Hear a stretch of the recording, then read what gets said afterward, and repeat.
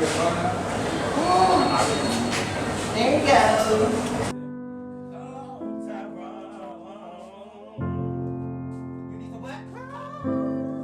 I was basically a girl in school. The earrings, and the lip gloss, the dance girl dancing. That's what I was known for. People would know me for my hair. But the negativity, I got a whole lot of negativity.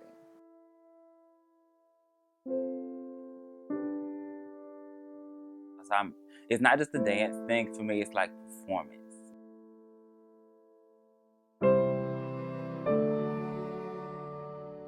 Homosexuality and this type of dancing has been around. Well, this type of dance has been around since the 90s.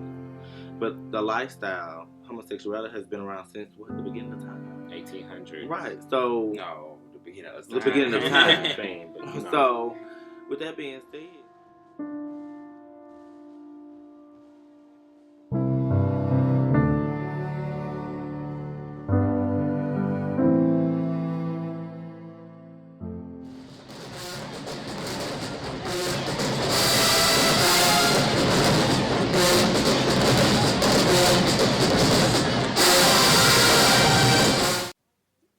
Being a prancing the least, that's the part that I love the most. That's my favorite part because we do a count like in the stands, and we do like field routines, which is on the ground with kids kick, splitting, spinning, and we also have parading, which is my all-time favorite. I just love parading and gyrating down the street and just strutting and waving and just flaunting my way. You know, I love that the most. I don't know. It's just something about the South. When it comes down to marching band music, it sends a drive like through the body to just, you know, we love that music better than we love regular music. We love the sound of the percussion and the brass and the woodwinds and, that bass in the background, the melody of it. It gives me more of a defined sound to move to. It's just instrumental. I feel like it just feels, you know, it's basically to me like a drug.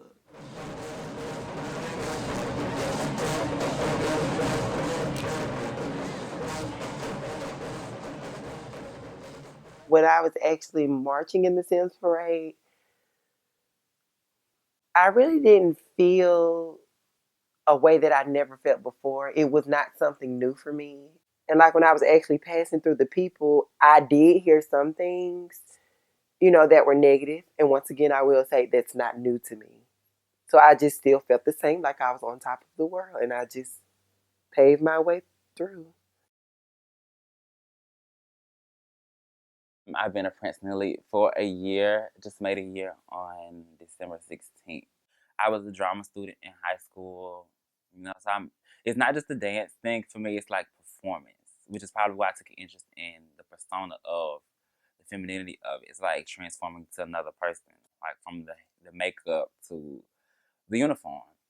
I come from a non-marching background, and I probably have the most masculine mannerisms. The first time I put a leotard on was not in public. So it wasn't as like, oh my gosh. But it was like, I'm wearing a leotard. It was actually my first performance with Prancing Elite.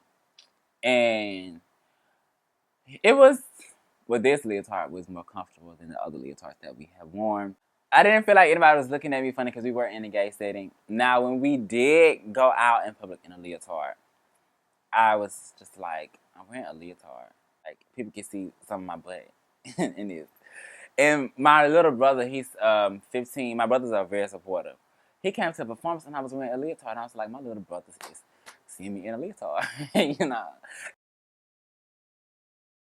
I took over the team shortly after I returned home from the military. At 17, I joined the United States Army and was deployed to Germany as my duty station during the Iraqi War. My job was petroleum supply specialist. As far as acceptance in the Army, back then it was kind of like a don't ask, don't tell type thing. And going in the situation, I was kind of nervous because I didn't know that, it would be any acceptance whatsoever. But I found out that two other people in my platoon were actually gay, and even still to this day, we keep in contact because it's kind of like we had a bond, like a brotherhood that, we were all dealing with the same issues as far as trying to be accepted by family and be accepted by the people in the army. The military has instilled a lot of discipline and precision in me that I actually take on as being the captain of the team. You have to actually think on your toes at all time. In other words, whenever you're leading your team, you have to spontaneously think of what to do next, and you have to always be able to do it.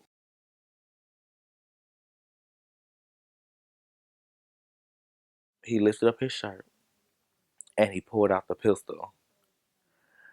Um, he laid it on my forehead and was like, "Don't you know I will kill you?"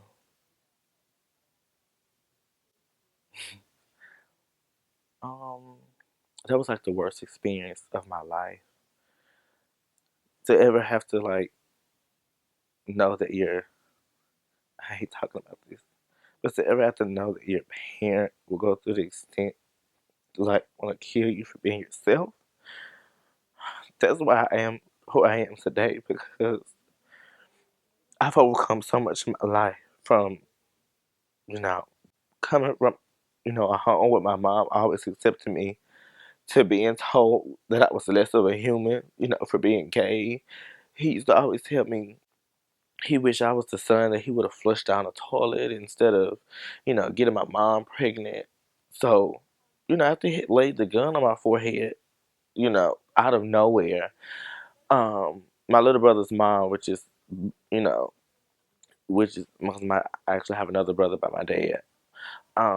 They came in and they saw him on me and they tackled him off of me, and instantly, like, my dad started shooting all over the house. He shot like 5, 6 rounds just shooting. So everyone is just running out the house, and then he dropped the gun, and I don't know what happened from there. So the police came and they asked me because I was the victim. They said, "Did your dad have a gun?" I said, "No, I didn't see a gun."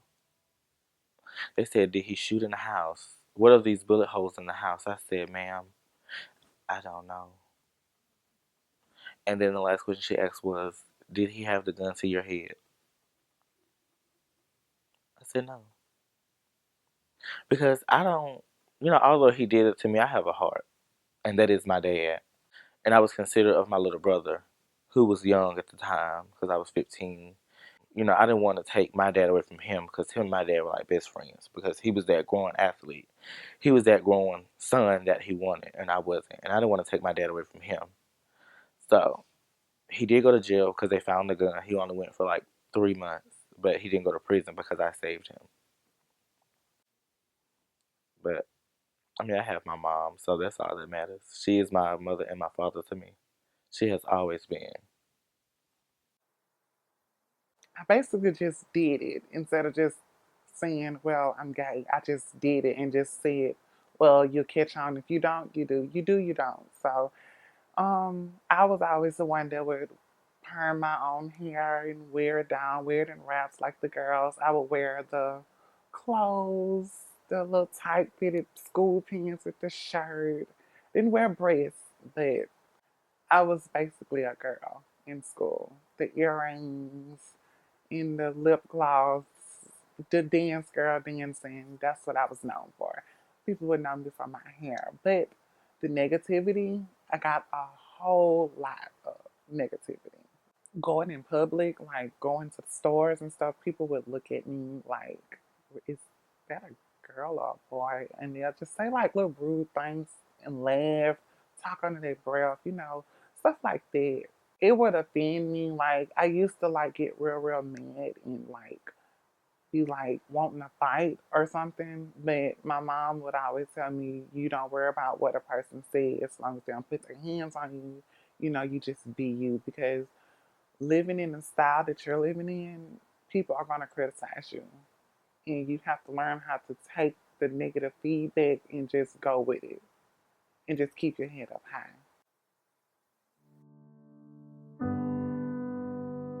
in my life, but now you know it was all a dream. I don't need no one, baby. Without you, I'm incomplete. Love you just like no how. Put it all on me. I don't want nobody. Let me go. Let's say it.